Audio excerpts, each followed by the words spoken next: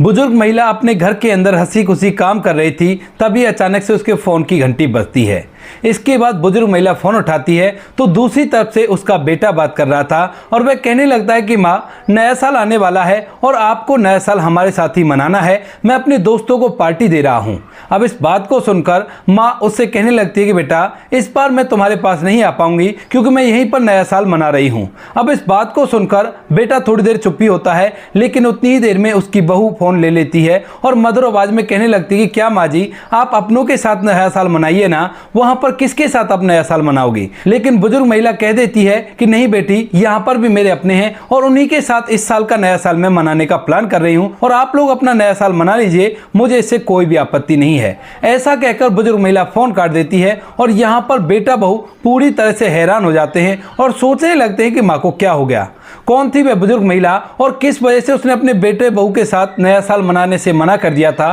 पूरी सच्चाई के बारे में जानने के लिए वीडियो को अंत तक जरूर देखें। मुंबई के एक एरिया के अंदर एक सुनीता देवी नाम की महिला रहा करती है। सुनीता जिसके पति सरकारी नौकरी में थे और उससे उन्हें पेंशन मिला करती थी। सुनीता के पास पेंशन भी आया करती है और साथ में उनके पति ने कई ऐसे मकान बना रखे थे जिन मकानों का किराया सुनीता के पास आया करता था और उसका दिन अच्छी तरह से व्यतीत हो रहे थे। सुनीता का एक बेटा होता जिसका नाम दिनेश था और दिनेश को सुनीता ने इन्हीं सभी चीजों से पढ़ा लिखा कर इस काबिल बना दिया है कि वह एक अच्छी सी बड़ी कंपनी में नौकरी लग चुका है। अब इसके बाद जो बेटा दिनेश होता है वह बड़ा भी हो गया था और कमाने भी लगा था, तो सुनीता उसकी शादी की चिंता करती है और उसके बाद एक रेखा नाम की लड़की से अपने बेटे दिनेश की शादी करा देती है। दिनेश की शादी हो गई थी और शादी होने के बाद जो रेखा होती है वह दुल्हन बनकर घर के अंदर आ जाती है। स्टार्टिंग के 5-6 महीने तो सब कुछ ठीक रहता है, लेकिन उसके बाद जो रेखा होती है वह उनसे कहने लगती है, देखो अब यहाँ पर रहना ठीक नहीं है, हम लोग अलग से रहेंगे क्योंकि यहाँ पर हमारे लिए बिल्कुल भी प्राइवेसी नहीं है।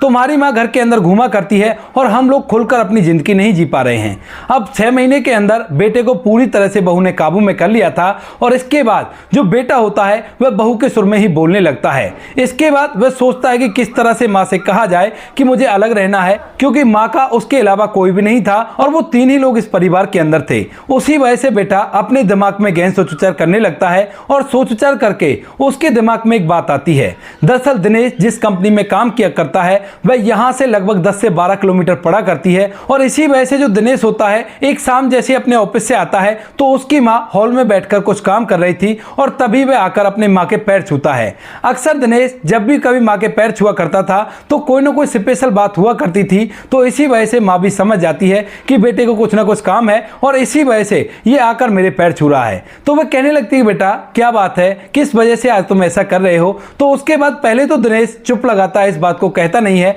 लेकिन माँ कह देती है कि बेटा मुझे पता है, बचपन से मैंने तुझे पाल पोस कर बड़ा किया है और तुझे कुछ ना कुछ जरूरी काम होगा, बताओ क्या बात है और किस वजह से आज तुम इस तरह से कर रहे हो। तो उसके बाद जो दिनेश होता है वह कहने लगता है कि माँ, मैं रोज रोज जब ऑफिस से आया करता हूँ तो काफी थक जाता हूँ और मैं सोच रहा था कि क्यों ना हम एक घर वहीं पर ले लें और उसी के अंदर रहने लगे। अब इस बात को सुनकर माँ एकदम से खुश हो जाती है और कहने लगती है कि बेटा ये तो बड़ी अच्छी बात है, अगर ऐसी बात है तो तू वहीं पर घर ले ले, वहीं पर रह लेंगे, यहाँ की कौन सी हमने कसम खा रखी है। इस बात को सुनकर दिनेश कहने लगता है कि माँ, रह तो हम लेंगे और मैंने घर देख भी रखा है, लेकिन वो घर थोड़ा छोटा है जिस घर के अंदर केवल मैं अपनी पत्नी के साथ ही रह सकता हूँ। अगर उस घर को मैंने ले लिया तो वहां पर मैं और मेरी पत्नी ही रह सकते हैं, फिर आप कहाँ रहोगी। इसी वजह से मुझे इस बात को कहने में थोड़ी सी शंका हो रही थी। अब इस बात को सुनकर माँ को बुरा तो बहुत लगता है, क्योंकि उसने अपने बेटे को बड़े ही लाड चाव से पाल पोस कर बड़ा किया था, लेकिन बेटा अब पत्नी के शिकायत में चलकर ऐसी बातें कर रहा था। लेकिन फिर भी वो अपने कलेजे पर पत्थर रख के कह देती है कि बेटा कोई बात नहीं, तुम ऐसा करो, तुम अपनी पत्नी के साथ वहां रह लेना और मैं यहाँ पर रह लूंगी। अभी तो मैं शरीर से हष्टपुष्ट हूँ और अपना काम मैं आराम से कर सकती हूँ, कोई भी दिक्कत नहीं, अपनी जिंदगी को व्यतीत करो और जब तुम्हें कोई बड़ा सा घर दिख जाए तो उसके बाद बड़ा घर ले लेना और वहां पर मैं भी तुम्हारे साथ रहने लगूंगी। इस बात को सुनकर बेटा दिनेश पूरी तरह से खुश हो जाता है और अपनी माँ को अपने गले से लगा लेता है। माँ अंदर ही अंदर पूरी बातों को समझ रही थी, लेकिन फिर वो सोचती है कि कोई बात नहीं, बच्चे हैं, इनको भी थोड़ी बहुत प्राइवेसी चाहिए और ये भी अपनी जिंदगी आजादी से जीना चाहते हैं। यही सोचकर माँ इस बात के लिए तैयार हो जाती है और दूसरे ही दिन जो दिनेश होता है उस घर के बारे में बात कर लेता है और बात करने के बाद यहाँ पर जो माँ होती है दिनेश को उतने पैसे दे देती है जिन पैसों से वो घर आराम से आ जाएगा और बेटा कमाया धमाया तो खुद ही करता है। इसके बाद जो दिनेश होता है वह अपनी पत्नी को लेकर अपना पूरा सामान लेकर वहां से उस घर में शिफ्ट हो जाता है। लेकिन जब बच्चे इस घर को छोड़कर जा रहे थे तो माँ की आंखों से आंसू टपकने लगे थे। फिर भी वह जैसे तैसे करके अपने आंखों के आंसू को छुपाती है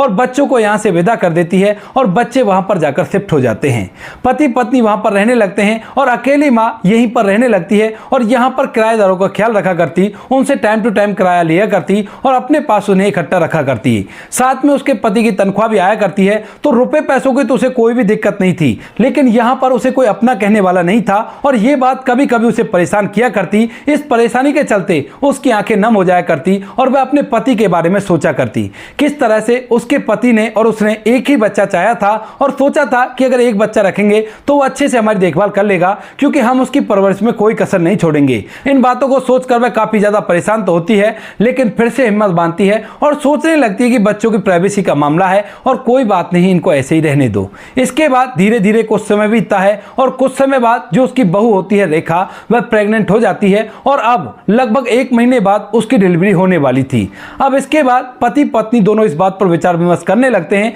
कि जब उसे बच्चा होगा तो घर का देखरेख कौन करेगा और कौन इस बच्चे का लालन पालन करेगा। यहां पर पति अपनी पत्नी से कहता है कि ऐसा करो, अपनी मां को बुला लो, वो यहीं पर रह लेगी। लेकिन यहां पर जो रेखा होती है, उसके माता पिता विदेश में चले गए थे अपनी बेटी की शादी करने के बाद और वह लोग वहीं पर रहा करते हैं। तो इसके बाद रेखा कहने लगती है कि मां को तो आना बड़ा ही मुश्किल हो जाएगा, क्योंकि वह तो विदेश में रहा करती है और वहां पर मेरी भाभी अकेली रहा करती है। तो ऐसा करते हैं, माँ जी को बुला लेते हैं, वो वैसे भी तो वहां पर अकेले ही रह रही हैं, यहां पर आकर देखरेख कर लेंगी, कोई बड़ी बात नहीं है। यह बात बेटे को भी अच्छी लगती है और इसके बाद एक दिन जो बेटा होता है वह सुबह सुबह अपनी माँ के पास पहुंच जाता है और वहां पर जाकर कहने लगता है कि माँ, अपना सामान पैक करो और तुम्हें फौरन यहां से मेरे साथ चलना है, तुम भी हमारे साथ वहीं पर रहोगी। अब इस बात को सुनकर माँ को एकदम से अपने कानों पर विश्वास नहीं होता, क्योंकि जो बेटा माँ को यहीं पर रहने के लिए कह रहा था वो आज उसे अपने साथ चलने के लिए बोल रहा था। वो कहने लगता है कि क्यों बेटा, ऐसा क्या हो गया, क्या तुम अब मुझे अपने पास रखोगे? तो वो कहने लगता है कि नहीं माँ, ऐसी बात नहीं है,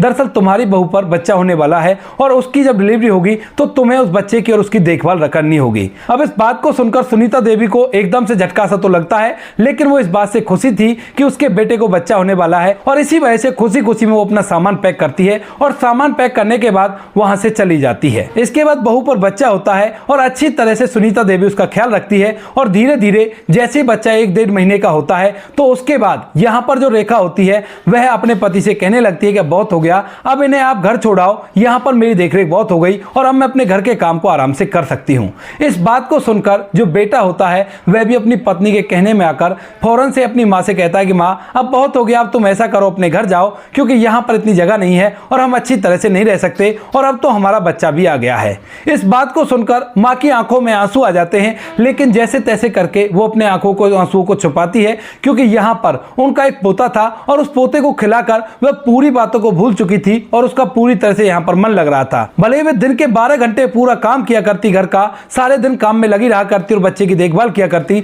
लेकिन फिर भी उसे जरा भी थकान नहीं हुआ करती, क्योंकि यहाँ पर उनके पास एक अनमोल खिलौना था जो कि बड़े बुजुर्गों के लिए पोता पोती हुआ करते हैं। थोड़ी देर तक इस बारे में सोच विचार करती है, लेकिन फिर वो सोचती है कि कोई बात नहीं, चली जाती हूँ, जब बेटा नहीं रखना चाहता तो कोई दिक्कत नहीं है। इसके बाद बेटा फिर से माँ को वापस से उसी घर में छोड़ देता है और माँ वहीं पर रहने लगती है। धीरे धीरे कुछ समय बीतता है और कुछ समय बाद एक बार दिवाली आती है और दिवाली के लिए यहाँ पर जो बेटा दिनेश होता है फिर से अपनी माँ को ले जाता है, क्योंकि पत्नी ने बोल दिया था कि मुझसे घर की मिठाइयाँ नहीं बनेंगी, अगर तुम्हें मिठाइयाँ बनवानी है तो किसी कुक को ले आओ। अब दिवाली के टाइम पर कोई कुक नहीं मिलता है या कोई हलवाई नहीं मिलता है, तो इसी वजह से बेटा सोचने लगता है कि माँ को बुला लेता हूँ और वो दिवाली की मिठाइयाँ हमारे लिए बना देंगी। ये बात सोचकर वह माँ के पास पहुंच जाता है और माँ को अपने साथ लेकर दिवाली मनाने के बहाने से अपने घर ले आता है और वहां पर आकर माँ से मिठाइयाँ बनवाने लगता है। माँ काफी अच्छी मिठाइयाँ बनाती है, पूरे दिन भर काम करती है, लेकिन जैसे ही शाम होती है तो उसे थकान होने लगती है और थकान के कारण उसकी तबीयत थोड़ी सी ढीली लगने लगती है।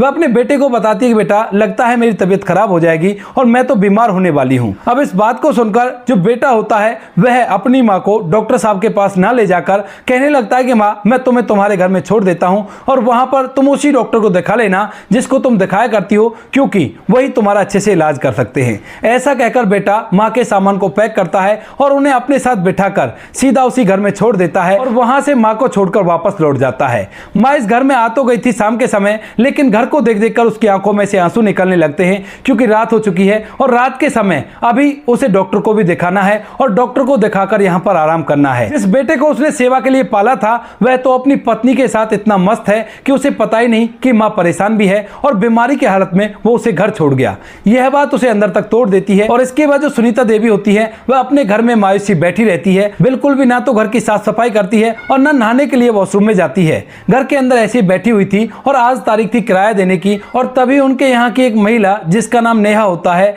वह उनको किराया देने के लिए आती है। लेकिन जैसे ही वो घर के अंदर घुसती है तो वहां पर बुजुर्ग महिला सुनीता देवी अपनी आंखों में आंसू लिए थी और बिल्कुल ऐसे लेटी हुई थी जैसे सुबह से उठकर उन्होंने कुछ भी नहीं किया हो और बिस्तर पर ही पड़ी हुई हो। अब जैसे ही बुजुर्ग महिला नेहा को अंदर आते हुए देखती है तो एकदम से खड़ी होती है और अपने आंखों के आंसुओं को पोंछने लगती है। लेकिन नेहा आकर उनकी आंखों को देख लेती है जो कि रात भर रोने की वजह से पूरी तरह से लाल हो गई थी और यहाँ पर जो नेहा होती है उनकी ऐसी हालत देखकर उनसे पूछने लगती है कि अम्मा क्या हुआ, आप इस तरह से क्यों कर रही हो। अब पहले तो सुनीता देवी उसे इधर उधर की बातों में घुमाने लगती है लेकिन यहाँ पर नेहा अच्छी तरह से समझ चुकी थी कि ये किसी बात को लेकर परेशान है और तभी इस तरह से रो रही हैं। तो उसके बाद वह बार बार पूछती है और पूछने के दौरान सुनीता देवी रो रो कर उन्हें पूरी कहानी बता देती है कि किस तरह से उनके बच्चे केवल उसे काम करने के लिए अपने पास बुलाया करते हैं और बिल्कुल भी वो उससे प्यार नहीं किया करते। इस बात को सुनकर जो नेहा होती है उनका हौसला देने लगती है और कहती है कि माँ जी कोई बात नहीं, जो हो गया उसे भूल जाओ, लेकिन तुम्हारे सामने बहुत बड़ी जिंदगी पड़ी है, बिना मोह जार में फंसे अपनी जिंदगी को जियो और कोई भी दिक्कत नहीं है। ये दुनिया बड़ी खूबसूरत है और इस तरह से हारने से समय नहीं व्यतीत होगा। इस बात को सुनकर जो सुनीता देवी है उनमें भी थोड़ी सी हिम्मत आती है और पहले भी वो ये बात सोच चुकी थी कि बेटा बहू केवल उसे मतलब का व्यवहार रखा करते हैं। तो इसी वजह से सुनीता देवी कहने लगती है कि बेटी वो बात तो ठीक है, मैं कितनी भी स्ट्रांग हो जाऊं लेकिन इस घर के अंदर ये दीवारें मुझे काटने को फिरती हैं और यहाँ पर रह रहकर मुझे बड़ा ही अजीब लगता है। इस बात को सुनकर नेहा कहने लगती है कि माँ जी बस इतनी सी बात, शायद आपको पता नहीं है लेकिन ये दुनिया बहुत आगे चली गई है। यहाँ पर सुबह सुबह लोग अपने स्वास्थ्य को ठीक करने के लिए मॉर्निंग वॉक पर जाया करते हैं और दिन के समय में जब महिलाओं का समय व्यतीत नहीं हुआ करता तो महिलाएं अपनी एक किटी पार्टी रखा करती हैं जिसमें महिलाएं एक दूसरे के साथ खुलकर अपने विचारों को साझा किया करती हैं और मस्ती भरी जिंदगी को जिया करती हैं। अब किटी पार्टी के बारे में सुनीता देवी को पता था तो वो कहने लगती है कि बेटी ये तो बहुत बेकार रहेगा ना, मेरी उम्र काफी ज्यादा है। लेकिन तभी जो नेहा होती है वो कहने लगती है कि आप एक बार ट्राई करके देखो, अगर आपको अच्छा लगे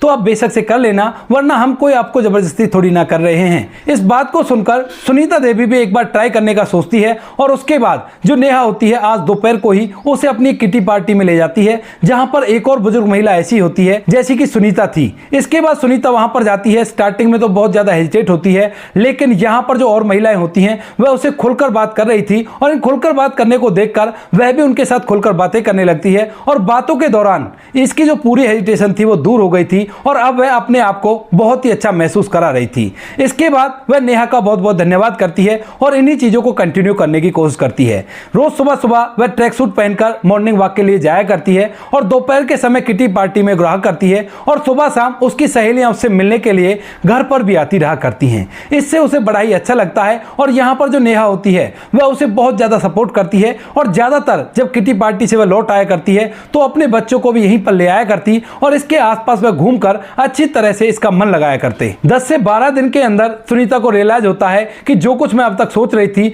वह सिवाय मोह के कुछ भी नहीं था और अब अगर मैं बच्चों के साथ बिल्कुल भी ताल्लुकात नहीं रखूं तो भी मुझ पर कोई फर्क नहीं पड़ना। यही बात सोचकर सुनीता तय कर लेती है कि आज के बाद मैं अपने बच्चों के हाथों की कठपुतली नहीं बनूंगी और वो जैसा भी कहेंगे वैसी बात को मानने से मना करूंगी। यही सोचकर सुनीता उसी तरह से रहने लगती है और धीरे धीरे समय बीतने लगता है। समय के साथ साथ अब नया साल आ जाता है। नए साल से लगभग 4 दिन पहले जो सुनीता होती है वह अपने घर में काम कर रही थी, हंसते गाते गुनगुनाते, और तभी उसके फोन पर अचानक से बेल बजती है और इसके बाद जब सुनीता फोन उठाती है तो सामने से उसका बेटा दिनेश था और वो कहने लगता है कि माँ सुनाओ कैसी हो। इस बात को सुनकर माँ को बड़ा ही आश्चर्य होता है और वो कहने लगती है कि हाँ बेटा ठीक हूँ, तुम सुनाओ तुम कैसे हो। तो यहाँ पर दिनेश कहने लगता है कि माँ मैं भी ठीक हूँ, लेकिन अब नया साल आ रहा है तो आपको हमारे साथ ही नया साल मनाना होगा। अब इस बात को सुनकर सुनीता देवी कहने लगती है कि नहीं बेटा, इस बार मैं तुम्हारे साथ नया साल नहीं मना पाऊंगी क्योंकि यहाँ पर मेरी काफी फ्रेंड बन चुकी हैं, तो इस बार मैंने उनसे वादा कर रखा है और उन्हीं के साथ मैं नया साल मनाऊंगी।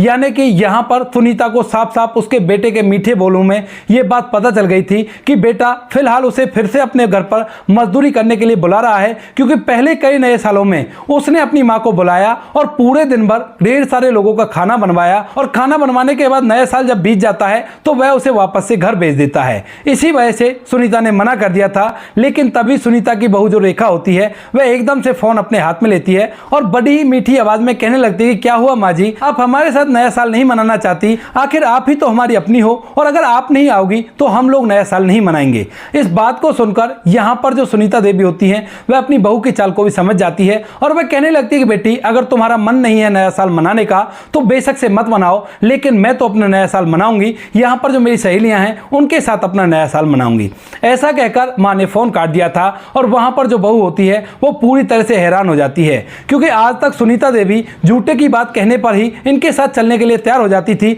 लेकिन आज उसने पहली बार मना किया था अपने बेटे के घर जाने से और वह लोग इस बात को सोचकर काफी ज्यादा हैरान होते हैं। यहाँ पर दिनेश ने अपने ऑफिस के सभी कर्मचारियों को निमंत्रण दे दिया था और अब वह इसको पीछे भी नहीं हटा सकता था। उसके बाद रेखा कहने लगती है कि ऐसा कर लो, होटल से बना बनाया खाना मंगवा लो, लेकिन तभी दिनेश कहता है कि नहीं यार, ऐसा नहीं हो सकता, क्योंकि मैंने उनसे कहा था कि खाना घर पर ही बनेगा और घर का खाना है। अब इस बात को लेकर पति पत्नी काफी ज्यादा परेशान होते हैं। उधर जो सुनीता देवी होती है वह अपनी किटी पार्टी में जाती है और नए साल मनाने की लोकेशन के बारे में पूछने लगती है। तो जो महिला नए साल मनाने के लिए बोल रही थी वह कहने लगती है कि क्या करें, सभी रेस्टोरेंट और बड़े बड़े होटल बुक है और कहीं पर भी कोई जगह नहीं दिखाई दे रही, अब नया साल कहां पर मनाएं, क्योंकि भीड़ ही ऐसी हुआ करती है। अब इस बात को सुनकर जो महिला सुनीता होती है वो कहने लगती है कि बस जगह की तो बात है ना, कोई बात नहीं, मेरा बहुत बड़ा घर है और पूरा के पूरा खाली ही रहता है, तुम ऐसा करो वहां पे नया साल मना लेते हैं और वैसे भी हम ज्यादा तो नहीं है, होटल से खाना मंगा लेंगे और वहीं पर अच्छी तरह से हंस-बतिया कर एंजॉय करेंगे, म्यूजिक सिस्टम भी लगा लेंगे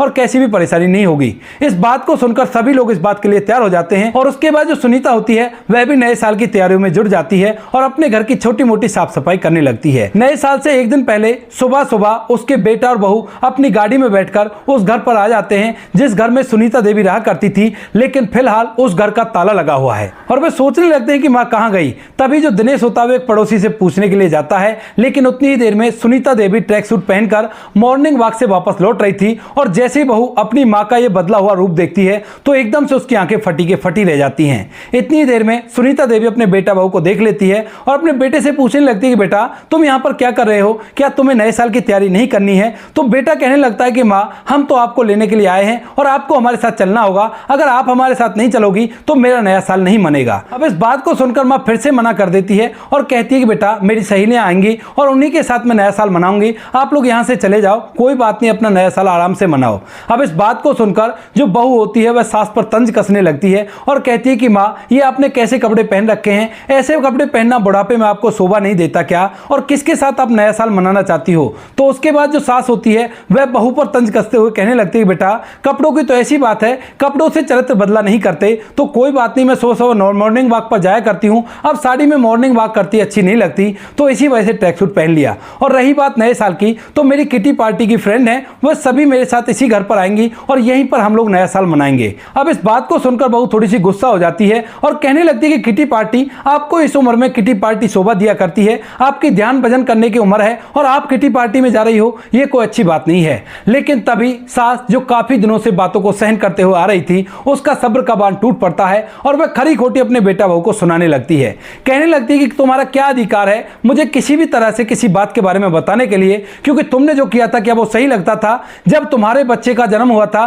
तो मुझे बुला लिया, लेकिन जैसे ही बच्चा थोड़ा सा बड़ा हुआ तो उसके बाद मुझे भेज दिया। दिवाली के दिन मेरी तबीयत खराब हो गई थी, लेकिन उसके बाद भी दोनों पति पत्नी में से किसी ने भी ये नहीं कहा था कि तुम्हारी तबीयत खराब है तो हम डॉक्टर साहब को यहीं पर बुला देते हैं और आप यहीं पर आराम करो। तुम लोगों को तो बस काम से काम रहता है और मेरे पास तुम्हें आने की कोई भी जरूरत नहीं है। ये घर भी मेरे पति का है और यहाँ पर जो किराया आया करता है वह भी मेरे पति का है। मैं अपनी जिंदगी को अपने हिसाब से जी लूंगी और तुम लोग चले जाओ यहाँ से, मैं तुम्हें बिल्कुल भी अपनी आंखों के सामने बर्दाश्त नहीं कर सकती। ऐसा कहकर मां ने अपने बेटा बहू को धमका दिया था और जब बेटा बहू आज अपनी उस मां को, जिस मां ने कभी से एक वर्ड नहीं निकाला, इस रूप में देखते हैं तो वो लोग पूरी तरह से हैरान हो जाते हैं और सोचने पर मजबूर हो जाते हैं कि मां ने क्या कह दिया। जब उन्हें धमकाकर वो वहां से जाने के लिए कह देती है तो बेटा बहू वहां से चले तो जाते हैं, लेकिन उनके दिमाग में यही बातें घूम रही हैं जो कुछ भी मां ने कहा था। और एक बात तो बार बार उनके दिमाग में टकरा रही है दोनों पति पत्नी के में, क्योंकि मां ने कहा था कि बेटा, जब कभी तुम्हारा बेटा तुम्हारे साथ ऐसा करेगा तो तुम्हें पता चलेगा कि किस तरह का मोह हुआ करता है माता पिता का, लेकिन अभी तुम्हें यह बात महसूस नहीं होगी। इस बात को कहते हुए सुनीता देवी की आंखों में आंसू आ गए थे, लेकिन फिर भी वह धमकाकर अपना गुस्सा निकालती है और वहां से अंदर की तरफ चली जाती है और ये लोग वापस घर आ जाते हैं। इस बात को जब वो लोग घर पर बैठकर सोचते हैं तो सोचने के बाद उन्हें रियलाइज होता है कि सच में ही उन्होंने अपनी बुजुर्ग मां के साथ बहुत गलत किया है। और इसी वजह से जैसे दूसरे दिन नया साल होता है तो नए साल पर पति पत्नी अपनी उस पार्टी को कैंसिल करके सीधा वहां से उसी घर में चले जाते हैं और अपनी मां से माफी मांगकर उन्हीं के साथ नया साल मनाने लगते हैं। वहां पर बुजुर्ग महिला अपनी सहेलियों के साथ बैठी हुई थी, लेकिन यहां पर जो बहू होती है वो अच्छी तरह से उन सभी को सर्व करती है और अपने बच्चे को वो यहीं पर लेकर आए थे। इस बात को देखकर मां को हैरानी तो होती है, लेकिन वो सोचने लगती है कि हो सकता है इनकी अकल ठिकाने आ गई हो और इस वजह से ऐसा हो गया हो। इसके बाद जो बहू होती है वह अपने पति से कह देती है कि मैं तो मां के पास ही रहूंगी, अगर आपको कभी देर हुआ करे या आपका मन नहीं हुआ करे तो आप उसी घर पे रुक जाया करना, लेकिन मैं आज से अपनी मां की सेवा पानी करूंगी और कोई भी दिक्कत नहीं है। रेखा अच्छी तरह से अपनी सास की देखभाल करने लगती है और बेटा भी रोज रोज वहीं उसी घर पर आ जाया करता और वहीं से अपनी ड्यूटी को किया करता है। तो दोस्तों ये थी आज की कहानी। आपको जैसी भी लगी कमेंट सेक्शन में बता देना। वीडियो अगर अच्छी लगी तो वीडियो को लाइक और चैनल को सब्सक्राइब जरूर करें ताकि हमें थोड़ा सा हौसला मिले आप लोगों के लिए ऐसे अच्छे वीडियो बनाने के लिए। इन कहानियों को सुनाने का उद्देश्य किसी को परेशान करना बिल्कुल भी नहीं है। ये कहानी आपको इसलिए सुनाई जाती है ताकि आप लोग इन कहानियों में से कुछ ना कुछ सीख सको और अपने जीवन में उस चीज को अप्लाई कर सको। मिलते हैं किसी नेक्स्ट वीडियो में नए टॉपिक के साथ, तब तक के लिए जय हिंद, जय भारत, जय हिंदुस्तान।